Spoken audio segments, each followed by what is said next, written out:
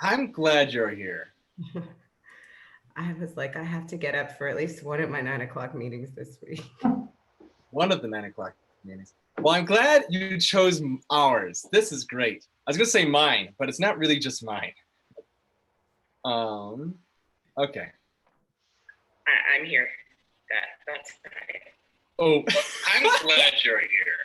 I was like, I have to get up for at least one of my 9 o'clock meetings this week. I need to edit this thing. One of the 9 o'clock meetings. Well, I'm glad you chose ours. This is great. I was gonna say. Okay, that was fun.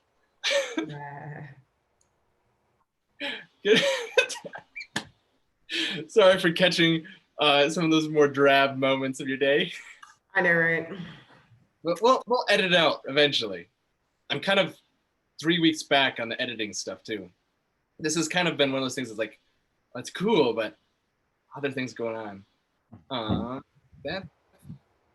Okay, I'm done with that. Welcome to Friday Flow. I'm gonna get this guy going here, and we'll talk about all his normal presenting things. There's a number of stuff, as usual, that so far has been my mode that I didn't get ready ahead of time. So it's one of those to-dos, but I think we're pretty good.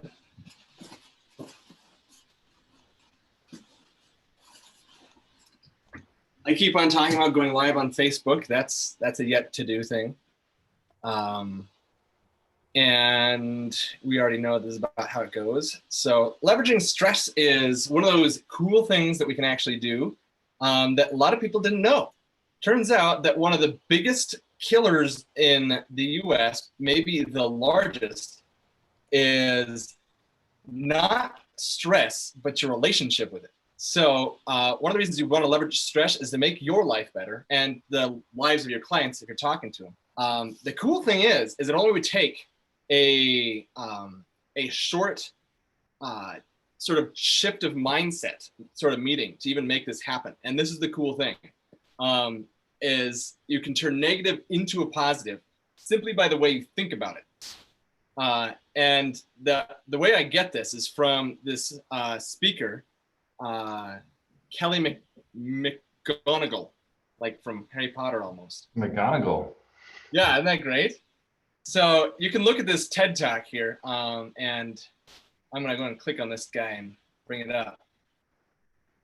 But I was reading the book before I even knew about this TED Talk in particular. But that's a thing. I'll copy this and put it in the chat. So I'm pretty excited about this, being able to turn around. And she wrote a book called The Upside of Stress. And so this whole thing where I'm stressing out about not having things done yet, that's actually one of the things that I get to learn from her, is that I can say, oh, this is good that I'm getting stressed out because it's helping me remember I need to actually do this ahead of time next time if I want, or actually ramp up my feelings about it. So that's kind of cool. I wanted to put this in chat, so I'm going to do that real quick since I said I'd do that before I forget. And bam. All right, there we go. And we go back to this guy here, and we're gonna leverage stress. And welcome to Adam's Friday Flow for entrepreneurs, which is just a place for us to actually talk and discuss, and especially during this time of isolation that's happening so much. It's easy going, and we're not particularly concerned about staying on topic, but I try to provide one so we have something for me to guide the conversation. We're gonna do this guy, and I'm gonna stop sharing. My name is Adam Sprechtel. I have a company that I've started, which is basically just me, and I get to stop in at people's locations or do virtual organizing with them.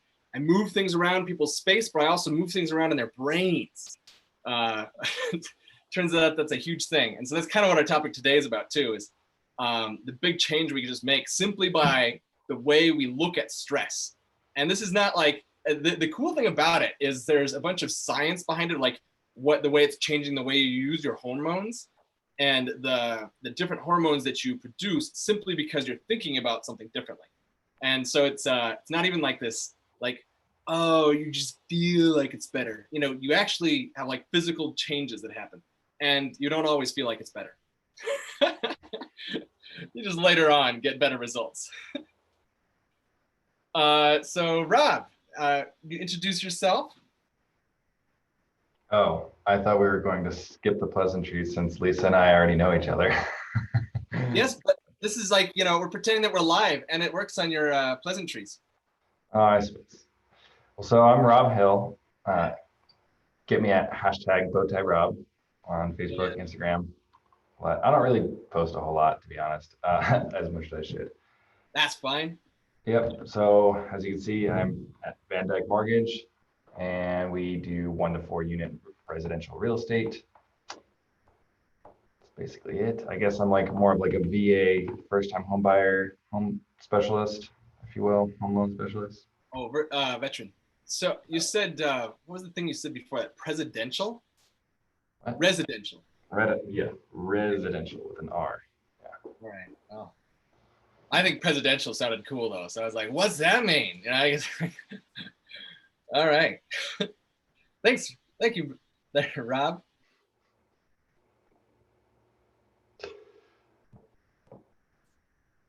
Lisa, you're on. Yeah, I know. I had to unmute because otherwise you will hear the menagerie in the background. Right.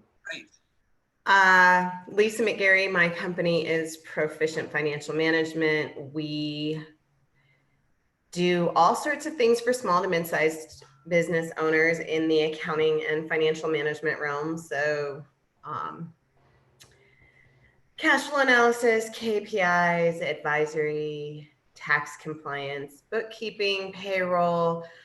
Rob, you and I should actually probably talk, since one thing that we seem to do a lot of is getting people profit and loss, self-employed people profit and loss statements so that they can get their mortgages. Yeah. That's great.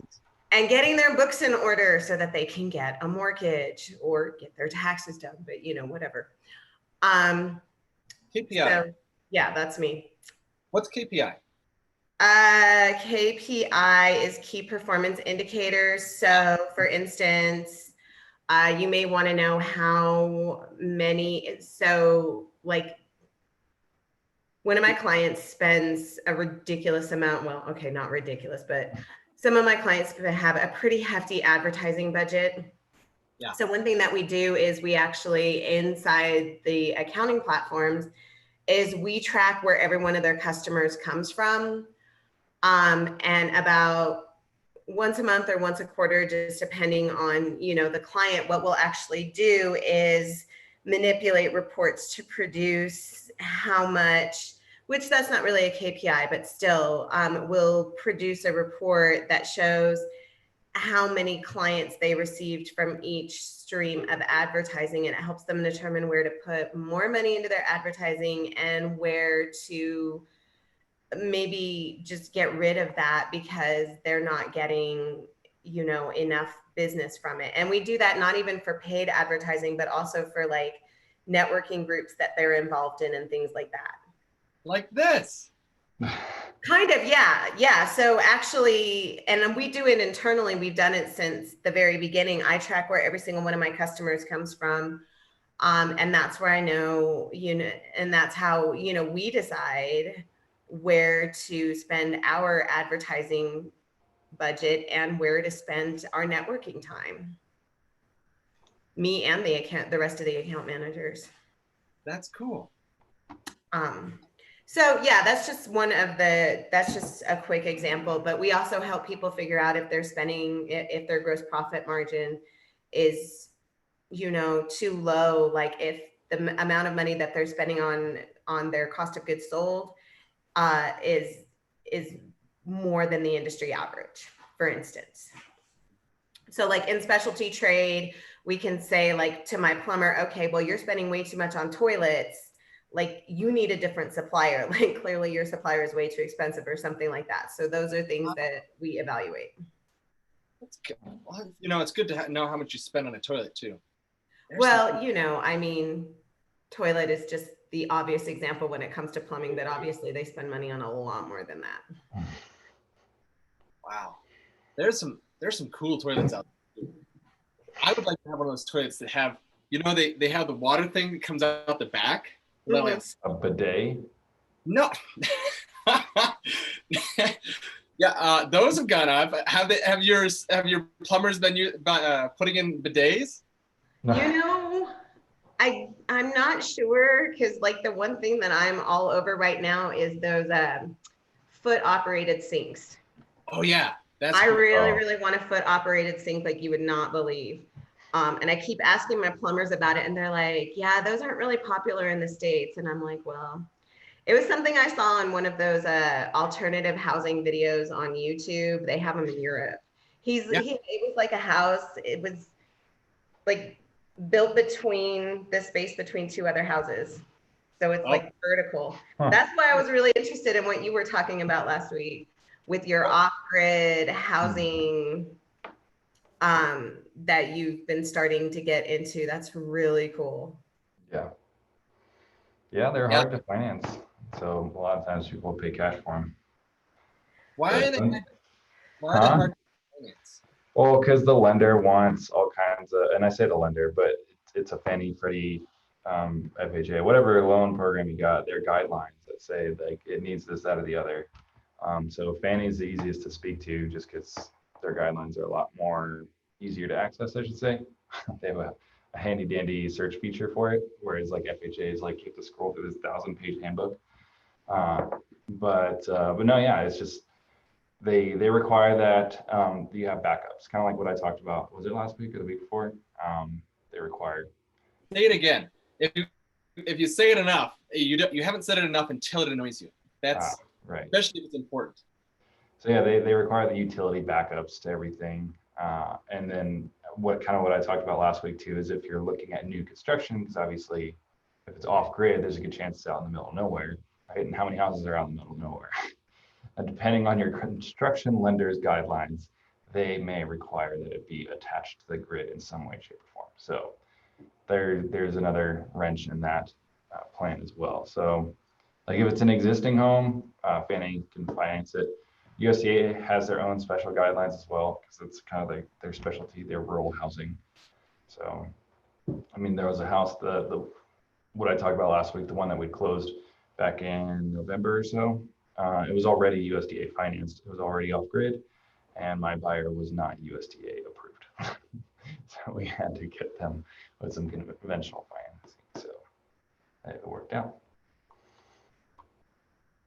I know there's a school in Taos where you can learn to build like your own Earthship house or something. Oh, is it like the Super Adobe house?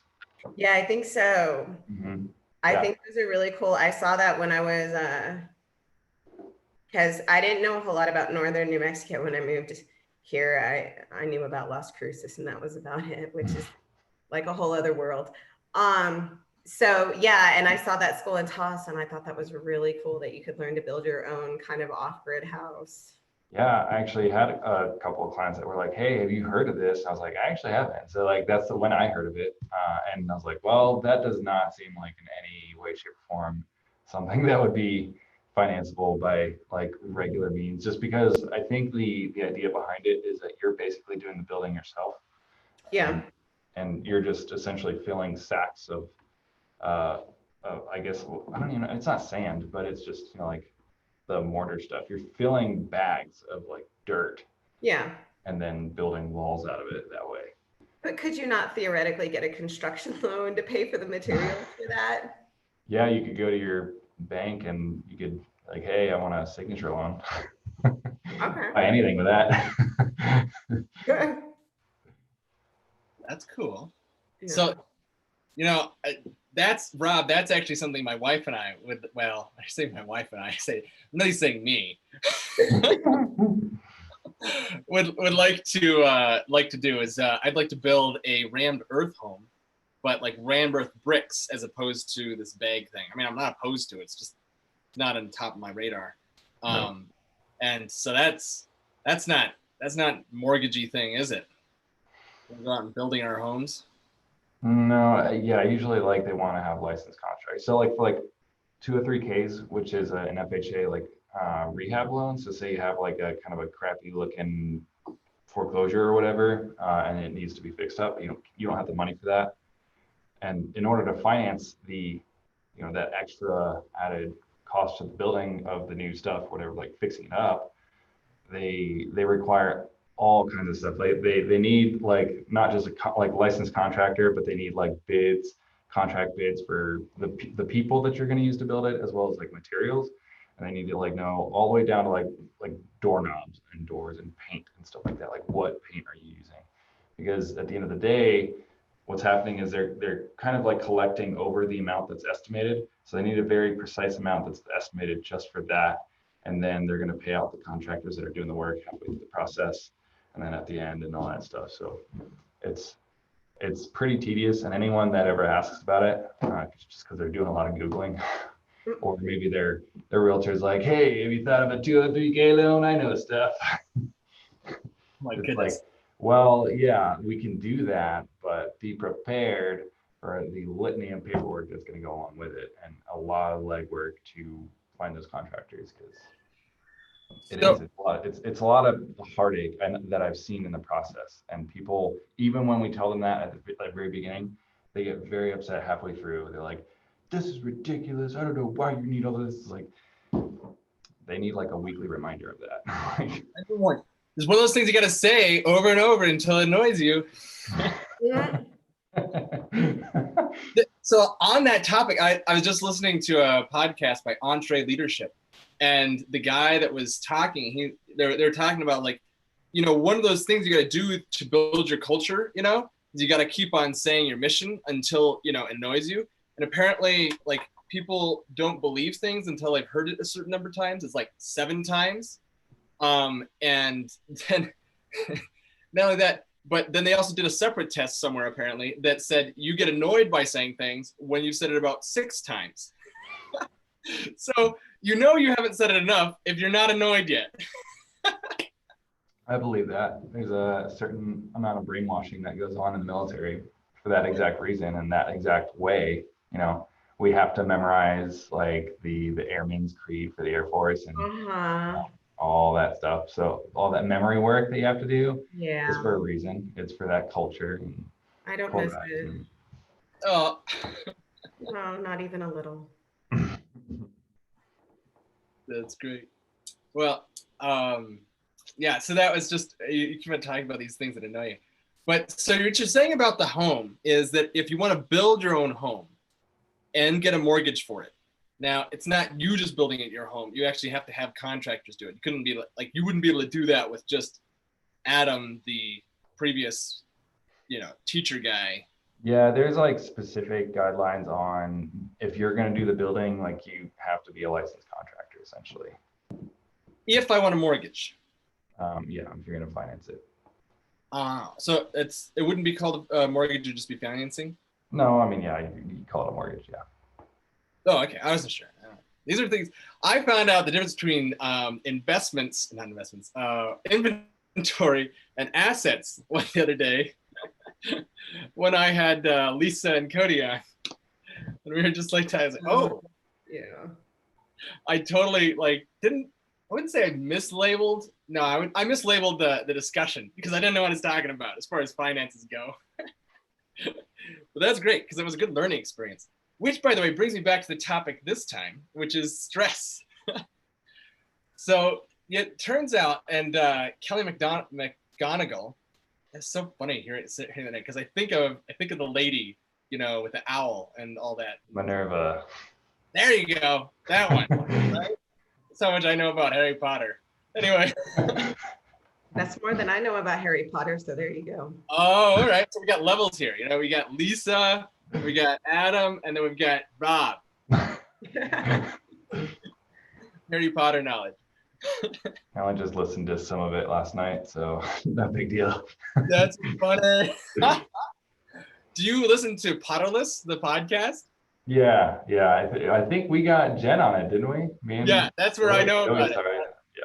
So, Lisa, Potterless is this discussion. So, Potterless is like you, okay? And it's like if you started a podcast about Harry Potter, you've never read any of the books, you haven't seen any of the movies, and you decide to start reading chapter by chapter and doing a podcast after every chapter, and your crazy brained ideas of what's going on and what's going to happen, and invite in people that are very knowledgeable that aren't allowed to spoil it for you, but you have a discussion with. That's what Podless is. All right. Okay. It's entertaining for the Harry Potter fans out there. Yeah, no, I can totally see that. Anyway, so that was a totally fun random thing. Anyway, so Kelly McGonigal, she was a stress teacher. Like, she would teach about how bad stress was for you, like as a psychiatrist and professor, psychologist. She then read this article one day that said basically that the leading cause of death in the US, according to the way they twisted the numbers, manipulated the numbers, as you'd say, is not like drugs or alcohol or car crashes, but your relationship with stress. And that if you think stress is bad for you, that's the leading cause in the US of death. She kind of dismissed it because, of course, she'd been teaching for a number of years now that stress was so bad for you. She just didn't want to believe in it, but it kept on haunting her. And she'd said that she always tells her students that you're going to make the biggest breakthroughs when you, explore something contrary to something you already believe. And so she's like, all right, fine, I'll look into it. And she, of course, made a 180 and is all about talking about how good stress can be for you. Not that you should get a bunch of stress. That wasn't her point. Sort of, but not really. Anyway, so the thing is that we think of stress, we were just bombarded, and especially through psychology, because they were asking first the question of how is stress bad for you? Then they upped that to how bad is stress for you? And only until recently is she saying they're actually asking useful questions of like, for instance, is stress good for you? And then how good is stress for you? And it turns out that if you are like taking in an interview and it's a bad interview and you're feeling bad about it, that there are two things happening as far as hormones go. One is cortisol. That'll always be with stress. But then there's another one, and I can't remember the abbreviation, but it's like brain growth hormone, which is a weird thing to be calling. That's a brain growth steroid. It's actually a steroid. And it's exactly what it is. It makes your brain grow. And if you have a positive viewpoint on your interactions, that the stress, even though it's painful and uncomfortable, that you can grow from it, you will. Isn't that crazy? Like, not your physical brain growing, but like, because you talk about it being a steroid. Yeah. Yeah, I mean, like, it's not like your head is going to get huge like Dr. Brain or something like that. But your brain continues to change, even though, it stays about the same size. There's a bunch of like empty matter in there too. It can grow into that space. Exciting. And empty space rolling around up in there. Yeah, okay. I'm not a brain scientist, okay? Not that I needed to point that out. It is definitely interesting. Yeah, especially with the difference between like stress and anxiety, which I think negative stress is kind of like a better, or rather, I don't know. Well, anxiety is just sort of like a socially unacceptable word. So I feel like negative stress has just been like, oh, that's what people call it. I didn't really think about my stress, negative stress, as anxiety until I started working in an office. I don't know why that transition made that turn. I don't know. Yeah. Isn't good stress like you're talking about like called eustress or right? That's a fan. Yeah. And what's bad stress called then? Bad stress. What's it called? Oh. Tax season. What? Tax season. That stress called. I said tax season. So she addresses the dichotomy you keep trying to make, Mr. Rob, which is that there's good stress and that there's bad stress. And she's like, well, actually, it still just depends on how you look at it. Now, there's things that don't feel good that are stress. like that horrible interview or tax season. And the thing is like, the question is what you do with that stress. Do you see it as like this bad thing and you try and avoid it? Which is funny because that's what she'd been trying to convince people to do, is avoid stress, get away from stress, you know, maybe meditate, maybe reduce the stuff you have in your life. But they found out that people that feel like they're living more full lives also have more stress. So it's like having a better life doesn't really relate to whether you have stress or not. That's, again, the way you see it. And so she said, she kind of like massaged the term and didn't really like directly out and out say it. Maybe she did, but I don't remember. But she basically said there isn't bad stress. It's how you deal with the stress. And even anxiety, she said, changing the way you look at anxiety, even if it's like clinical anxiety, like she was afraid of planes. Also, there's other people that are, you know, interactions like this, you know, speaking is anxiety. What they do is, if you look at the stress as this, you respond to it. It's like, I recognize this is happening, and this is my body trying to prepare me to do something. In fact, people that have clinical anxiety, there's apparently nothing really physiologically different than when you and I have anxiety. The only real difference is the way their brain is interpreting that stress. And even though it still seems huge, like it's not even like that they see it as good or bad necessarily, because they can still see it as good and it still seems debilitating. But it's something how they interpret it. Again, I'm not a brain guy, but basically, if they're having like anxiety attacks and things, it has less to do with something different in their body and more to do with somehow how it's being processed in the brain. If that makes any sense. So like the anxiety or stress that I feel, like if I ever get like overwhelmed with work or whatever. Yeah. If I just thought of it differently or trained my brain to think of it differently. Yeah. Like I would maybe still be overwhelmed. It's still like the workload hasn't changed. It's still a lot. Yeah. But it's just like the way I deal with it or the way I manage it. Yeah. Whether you get rejuvenated by it, whether you somehow like it builds up certain habits in your body to deal with it better. Of course, in their book, she does a much better job explaining all these things. But yeah, and this is like huge to me because my big thing is I'm trying to organize people's lives so they can enjoy their work more, so they can get more done, and they feel like things are flowing more. And it goes back to the thing about mindset's a huge deal. Organizing the way you think about things is a huge part of it. And it doesn't necessarily even mean that you have to be optimistic. It's more just like, you know, you could be pessimistic. Like, I'm going to have a whole bunch of stress, you know, but I'm going to do something with it. You know, it's just like sort of, I'm going to do the right thing.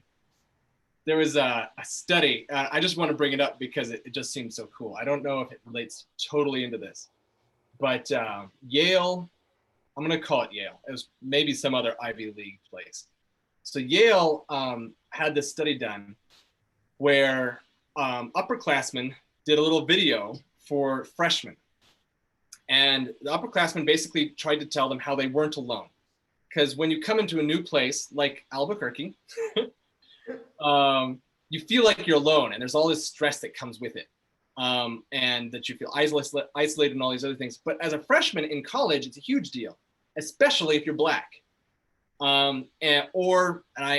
Any other minority. Native Americans have a huge problem with feeling isolated, especially when they're separated from their family and then off in this other place, and you know, levels of stuff that going on there. But anyway, I'm going to focus on Black people because that's what she talked about. Anyway, so in this study, all of the people who had, all the freshmen that got this video of upperclassmen saying, yeah, we went through this time too. We had a problem. You're going to feel alone. You're going to do a lot of changing during this time, but you're going to make it through and you're going to be great. I did. This is how I turned out. And it turns out that all those GPAs, so they had this, it was an intervention for like 15 minutes, hour, I don't know, something like that. And it had an effect on them. Just one little intervention. It wasn't even like a series of stuff. it had effect on them for the next 3 years of their education. And everybody that had that, you know, they had a control group too, I guess. Everyone who had that intervention, you know, graduated higher than than their counterparts that didn't have that intervention. And the thing is, most of them didn't even remember it. They didn't even remember there was this intervention that happened. They remember they were a part of a study. Some of them did. And of those that remembered, you know, there was even a smaller percent that actually remembered what the study was about. And yet they still had the effect. And this is the thing she's like so excited about. Like, you know, it takes such a small intervention for this thing to make a big difference in you. And you don't even have to remember it. Which isn't the greatest thing to sell. You know, I was like, well, how can I sell you on something? But that's not the point, right? The point is that it's going to make a difference in people's lives. And the other thing is going back to the gap also in academics. There's this minority gap. You know, the minorities compared to people who are, you know, white or privileged or whatever. It said that there was no gap anymore between the minorities and you know, all the other privileged people. Isn't that bizarre? The people that had this little intervention in the beginning to make it so they didn't feel like they were alone, and it eliminated the rest of their, you know, what would be considered the rest of their life of telling them that they're a minority and that they have problems. Isn't that bizarre? I think it's cool. I think it's just really awesome. So that was part of my preaching excitement. You okay there, Adam? Great. Great. It's good stress. My body's now reacting to the fact that I just about drowned myself. And that's a good thing. It's funny you talk about that, like trying to convince yourself it's good, but also you don't have to be super optimistic about it. Because I know, right. I feel like I'm a fairly optimistic person, but like I've seen people react the other way around on it, where they think it to be condescending whenever you tell them, oh, just think of it as good stress. It's fine. Just the way you think about it has to be different. You know what I mean? It's like, they're like, oh, that's a load of crap. And then they, you know what I mean? Like they backtrack the other way. Well, whereas like you're telling people like, or rather, I guess, Kelly McGonigal, yes. Professor McGonigal. I'll own it. I own it. But yes. She's telling people how like, you don't have to be optimistic. You could still be the way you are about it, be pessimistic, but just still like react to it differently, be cognizant of that, right? You recognize that it's your body actually doing something you want. And that you can, I mean, there's like, she gave the instance, a tough instance where she has anxiety about plane flight, right? And she said, I'd like to tell you that I now enjoy flying, but she doesn't. But what she realized is she tried to eliminate that stress because of her previous way of thinking about stress. She tried to eliminate it and get rid of it. And so she avoided flying. But then she started missing out on like conferences that she could go to, getting to know more people, family events. And there was just like all these things. And on top of that, the anxiety never went away. Even though she wasn't flying, she was still anxious about it. Uh-huh. So it's like, she's going to have the anxiety anyway. And all she's doing is eliminating these opportunities of growth and growing. So she just basically said, I just decided I'm going to get on the plane. I'm going to recognize I'm anxious. I'm going to recognize that there's like reasons why that is happening. And I'm going to do it anyway.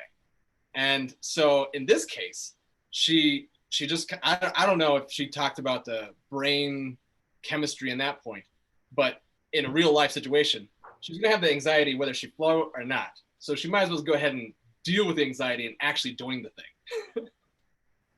So that was interesting too. But yeah, something else you said there. I forgot what it was. Always seems to happen every time I talk. You forget something. I know.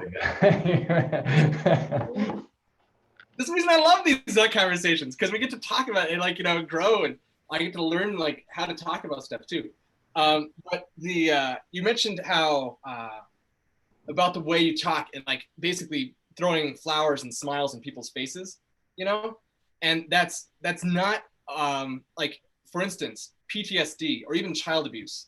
After you've experienced those things, later on in your life, if someone would just say, you know, or like the quick and easy one is like, you know, your father dies, okay? And then someone just tells you, well, they're in a better place or something like that. Even if you're a believer, right? It's just not exactly that fulfilling of a thing to say usually.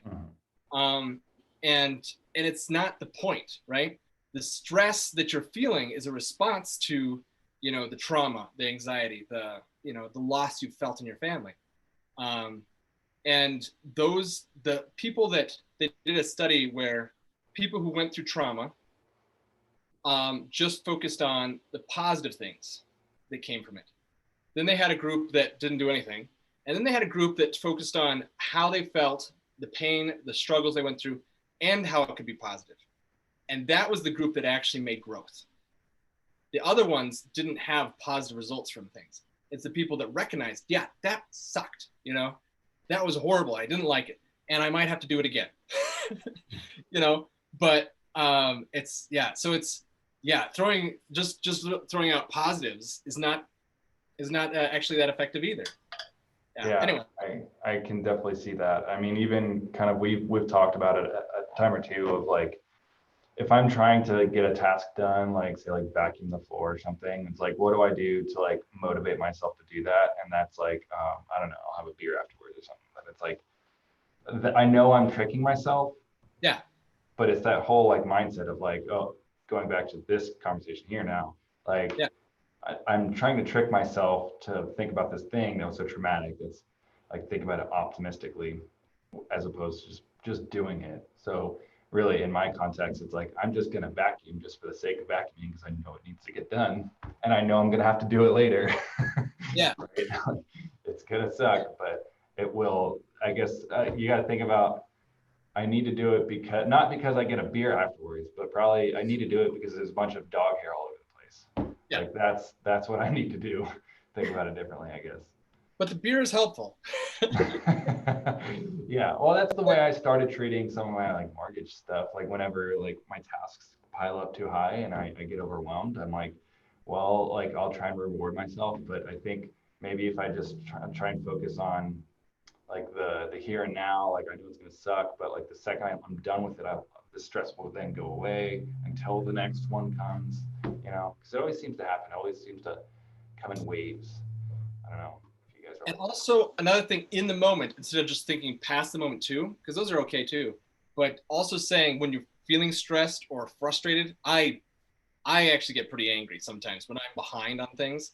And now I can think about it differently too. Is like, that's my body revving up, you know, to deal with the problem at hand, you know.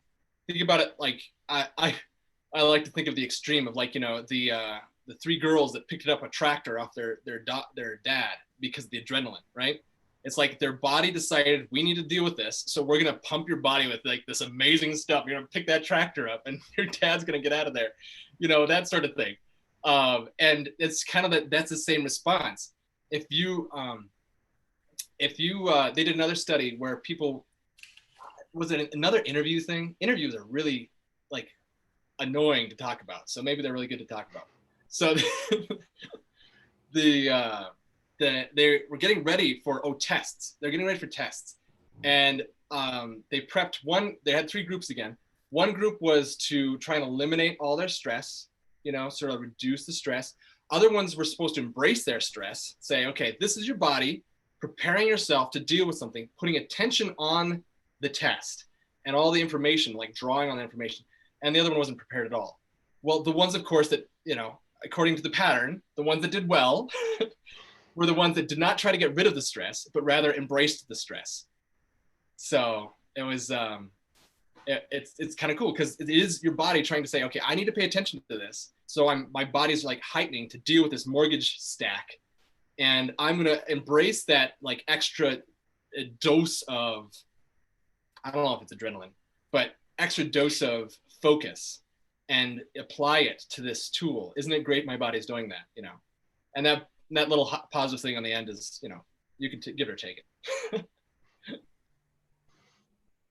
So it's like tax season, right? Your body is saying, that oh, we're ready to do a bunch of taxes. Oh my God. That is not. Yeah, you need to get excited for it instead of dread it. You can still be grumpy if you want. No, I don't think that the stress of tax season is our bodies getting ready to do a lot of taxes. It's not a good kind of stress, because for some bizarre reason, it's, we have to do like a year's worth of work in what, 4.5 months from the time we get back in January until April 15th. Normally, this year was Oh yeah, extra long. Not to mention the impending doom if you stepped out your door. Oh my God. Yeah, it's actually in our industry, it's been incredibly, because I mean, thankfully we are really, really busy. But it's been really hard to manage burnout in the industry this year. Because that's kind of what happens during tax season. Because the thing is, it's not just I have a lot of work to do, but I have a lot of work to do and I'm going to be working 16, 20-hour days, which is not a good kind of stress. Sometimes tax season actually makes me nostalgic for basic training. That's how bad it is. Because I was getting more sleep in basic training. So yeah, I would not say that that a lot of work is always necessarily, your body saying, okay, great, let's get ready to do this. It's, your body saying that it's not a machine. Yeah.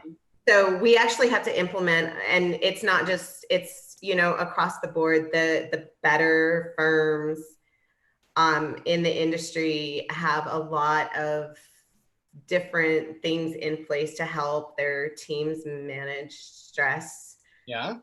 Particularly during tax season. As I said, this year it's been even more crucial than normal because burnout is incredibly high. Like for instance, one of the things that we do at my firm is we shut the company down for a week after April 15th every year.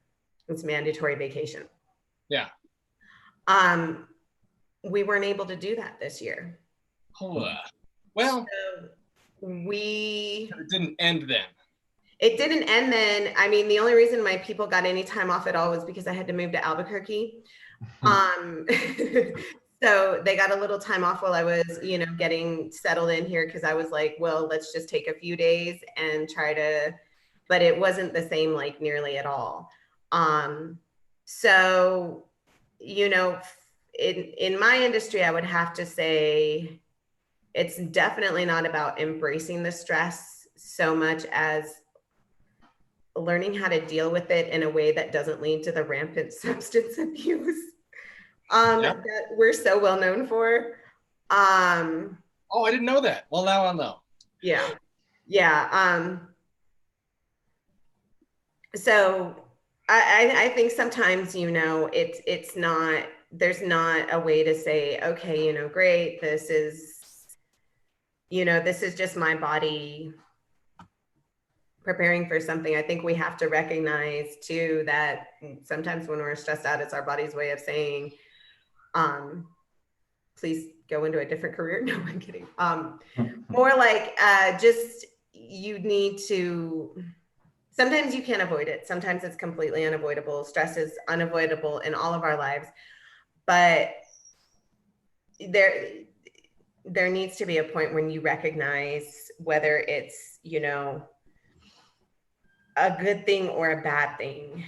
And always the way you manage stress, even if you're embracing stress, I guess, and getting, using it to get excited about something, if you don't manage it well,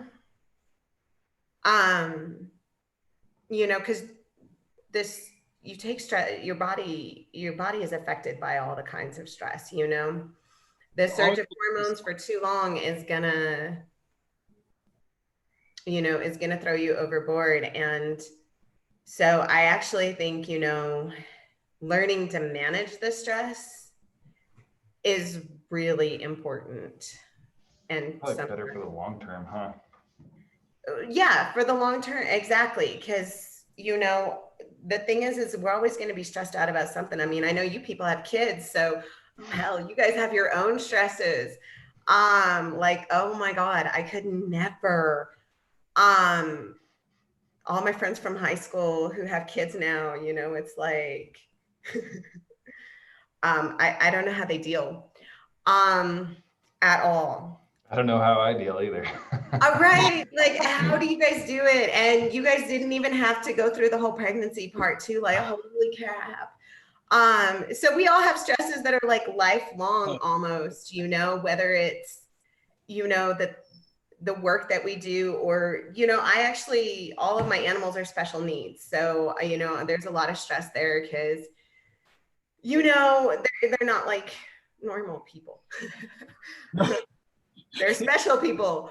No, they're really special. But you know, and that's the thing, you know, that's probably good stress, you know, is that they're really special people, but they bring me a lot of joy and they're really funny.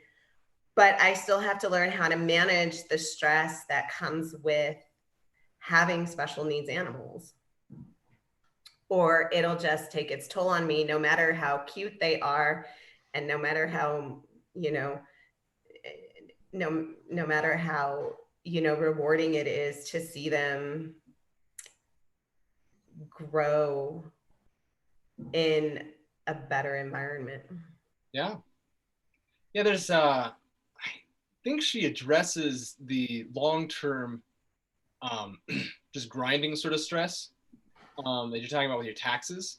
She definitely talks about the taking care of someone or other animals as one of the stress things. And that's one of the points where she points out that the more stress you have doesn't mean that you live a less fulfilling life, or that you live less long, or that it has deleterious effects on your body. That's one of the spots where this shift in mindset is actually a huge benefit. So the more stress you deal with, the more benefit this would be. And that's why she says, like, you know, a lot of people that are tested are in their studies that, like, you know, showed a lot of stress or a little stress, that really didn't change much. It was how they dealt with it. But I don't know if she addresses this continuous stuff, like taxes, that may not feel like it has meaning to it. So, but is there meaning to taxes? But you know,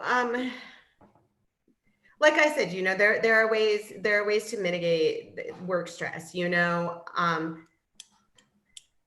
especially when you own the company. There are a lot of ways to mitigate stress. I'm way less stressed out running my own company than I was when I was doing accounting in the corporate world. Yeah. By orders of magnitude. Right? Because now I can daydream. No, I'm kidding. You know, you did it anyway. No, I'm totally kidding. I'm actually allergic to alcohol. So if any of my clients are watching this, please don't worry. I'm not drunk while doing your tax returns. Alcohol's gross anyway. But you know, I mean, even mortgages, dealing with mortgages, that's got to be like super stressful, right? Because people, I mean, this is like, people's homes are on the line, and I'm sure you don't have the calmest people ever, and mortgages are kind of esoteric like taxes. So trying to explain that. We got a closing coming up on Monday. Is one of the wife, or I guess fiance or whatever, she's pregnant. It's like she's like freaking out. And it's not good, obviously, to have a pregnant lady freak out. No, I get that. And it's funny because I try and, much like how when I was in the military and I was in the honor guard and doing funerals, trying to be like grounded and like not just like, oh, it's just another day out in Arlington National Cemetery. It's like, it's gonna be hot, it's gonna suck. Like really just like trying to think about like, this is like somebody's family member. Like for mortgages, it's like, this is like, yeah, like people have moving trucks, they got like all kinds of stuff like lined up, and they're like, so if there's their first home, you know, they're like so excited and all that stuff and all those feelings that you gotta have to like remind yourself of, because, you know, at the end of the day, the reality for me is it's just another paycheck. You know, it closes, great, I get money. Like, but I've had to remind my processor that a time or two, dude, like I had one where the closing just like wasn't happening, and we had to delay it so many times. And what was it like? We had to extend the lock more than twice, which is unheard of. It was crazy. Like our company ate a bunch of money because it wasn't that big of a loan amount, and it was just a bad scenario all around. And I think a lot of it started with the borrower at the very beginning wasn't getting us documentation, which delayed things much further down the road. Long story short is I was like, dude, look, we just got to close it just for her. And I ended up like giving away my commission even on that one. I was like, this isn't for me. Like, she's got to close this. I couldn't care less if she closes because I don't have any financial stake in it anymore. But you got to work on it because my manager ended up taking it. But I was like, I just need you to work on it just for her, right? For her sake, do the loan, close it. You know, and that's something that I want to keep reminding myself of. So, because it's important, like people's lives are on the line. I don't know how we got on that topic, but but yeah, it's crazy. Well, and that's the reason that we're doing the services we're doing, because we're all service providers, because we want to make a difference. At least, I think that's the reason we're all in it. But and dealing with taxes and finances in itself might be fun for some people. So, you know, the accounting part is not why I do this. Like, when I was in college, I did not think to myself, "Ew, I want to be an accountant when I grow up." No, this is so far from what I thought I would be doing. It's not even funny. What did you think you were going to be doing? Oh, I wanted to work at the International Criminal Court in The Hague. Wow. Yeah. So, but life happens to all of us. Oh yeah. But so accounting, like obviously, you know, accounting is not my passion. What is my passion, like you say, is helping people. I love helping my clients take, you know, this idea that they had and turn it into something that sustains their family, that builds jobs for people and things like that. You know, I've got clients that I started out with, it was just them and maybe someone who came in a couple of days a week to help out. And now, you know, they've got, you know, 20, 30, 50 employees at their company. And, you know, so that's what's great. Accounting is just a tool to help people. So yeah, it's definitely not about the passion for accounting and taxes. I mean, we're good at that. We're proficient at that. But that's not why we do this. And I don't think that's why you do mortgages, right? Because you have a passion for mortgages because they're so amazingly interesting. Yeah, I mean, I had a passion for real estate investing, which led me to where I am now. Right, but real estate investing and mortgages, I mean, are related, but it's helpful to know how I can finance my energy efficient home that I'm going to buy eventually. Right, exactly. Yes, you know, I mean, we're all learning something. You know, I learned the tax code. You know, I mean, there are interesting things that you can learn about the government through the tax code. Yeah. So yeah, I would say you're right. You know, we're all in this to help people, not because, you know, and we found a vehicle to do that. Yeah, and that's, I think, one of the things she mentions there. I don't actually remember that one. Of like, this is one of the ways that you also can make stress good for you is recognize the reasons. So I don't know, but I think that it's a fair point to say that, yeah, it sucks that it's to do with that kind of stress, and especially if it's repetitious. There seems to be something that can be done about that. So now I'm glad you brought that up, because now I'm going to like re-listen to some of it and see if there's any answers she had or any studies, you know, to answer that particular problem. Because me throwing, you know, just saying, oh yeah, probably is not going to be solved. Actually, repetitious stress, because it's tax season and because, you know, every year that's not 2020, kind of the same thing over and over again.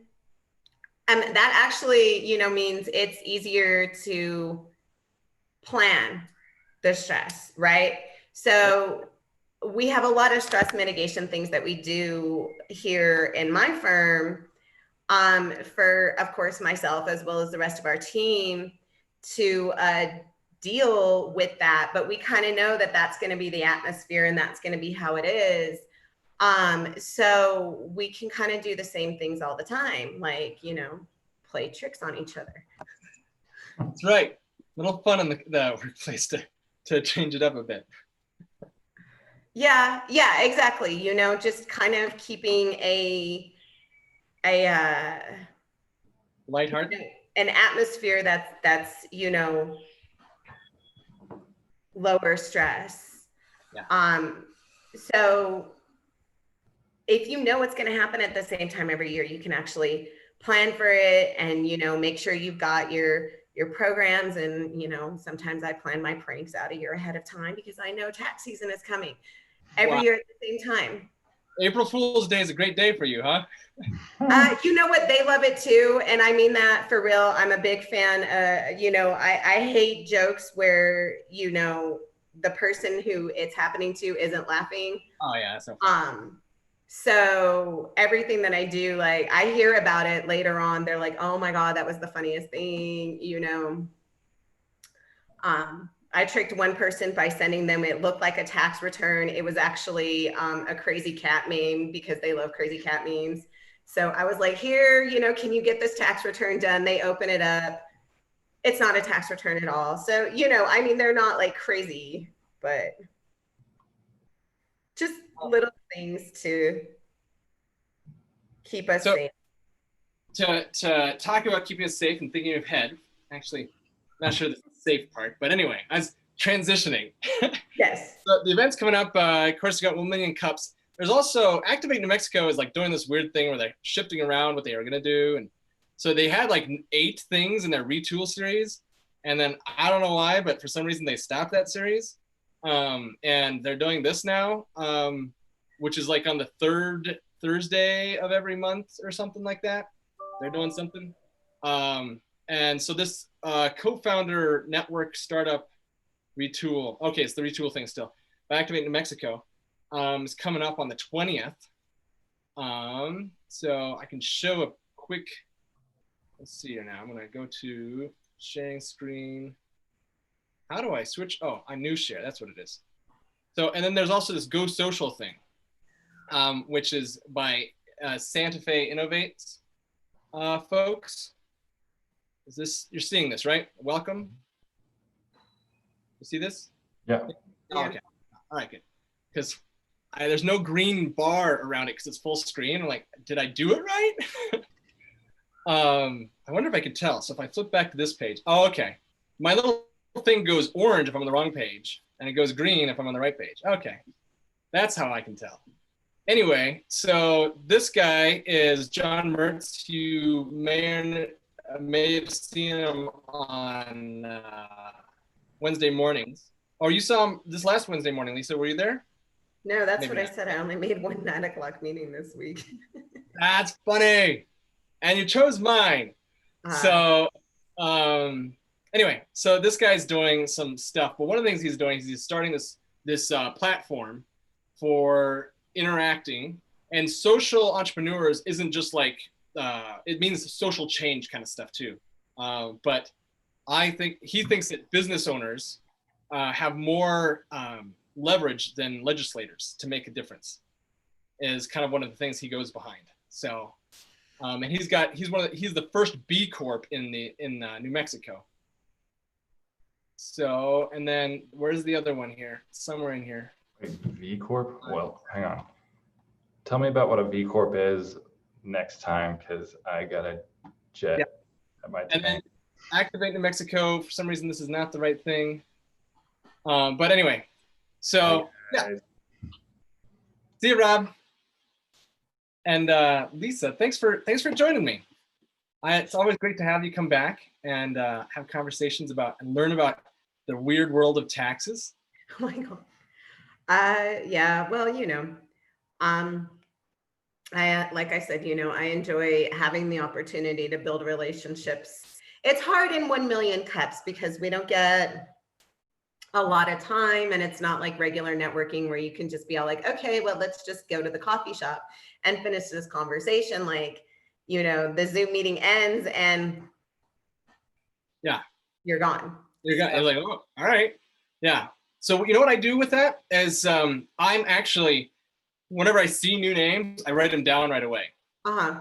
And I might even, like, if I have the flexibility, I might go onto LinkedIn and pull up a page of them. I don't try to connect all the time with them right during the meeting, but I always have the page up so that after I'm done, I can just look at that, see who they are a little more, connect there, and then I move that to a conversation.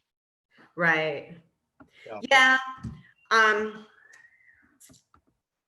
Yeah, not knowing what everybody does makes it, yeah, you see the name, but sometimes, there's like 5 of them on LinkedIn and you're like, which one is this person? Yeah. Because there's no picture. I've narrowed some down, but yeah, I run into that too. Yeah. So next week we're going to talk about measuring ROI, because this is like one of the things, like we said, we're trying to make a difference. And so we want to be able to give back people like possibly 20-fold of what they've invested in us by our helping them out. And so we want to spark OI and joyfully organize business and keep the sparks flowing. Yep. All right. So I'll see you next week. Yeah. Again, Lisa, it's great having you. Yeah, this is, like I said, this is nice being able to have, this reminds me of the networking group I used to run. So. That's what I was hoping you'd say. Yeah, it was a smaller group, and like a lot of time we didn't even do 30-second commercials because like we already all knew each other. Right. So it turned into more of like a power lunch. We would share things that were going on in the industries that affected people. It was really cool. I miss it, but it was a lot of work. Yeah.